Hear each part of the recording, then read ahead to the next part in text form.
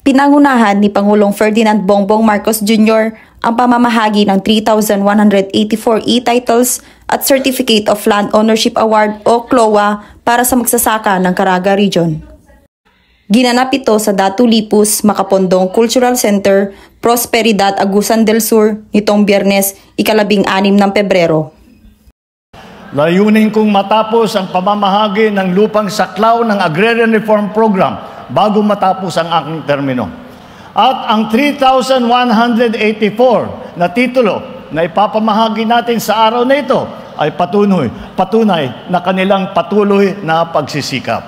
Sana nga matuldukan na natin ang land distribution.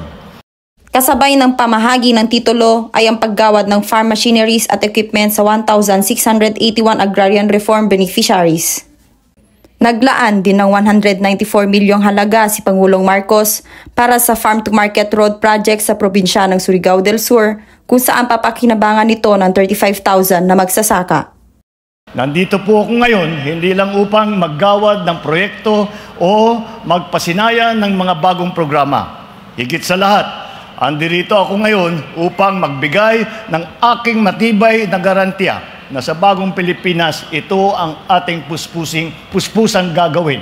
Develop Dinagat, Sulong Surigao, Abante, Agusan.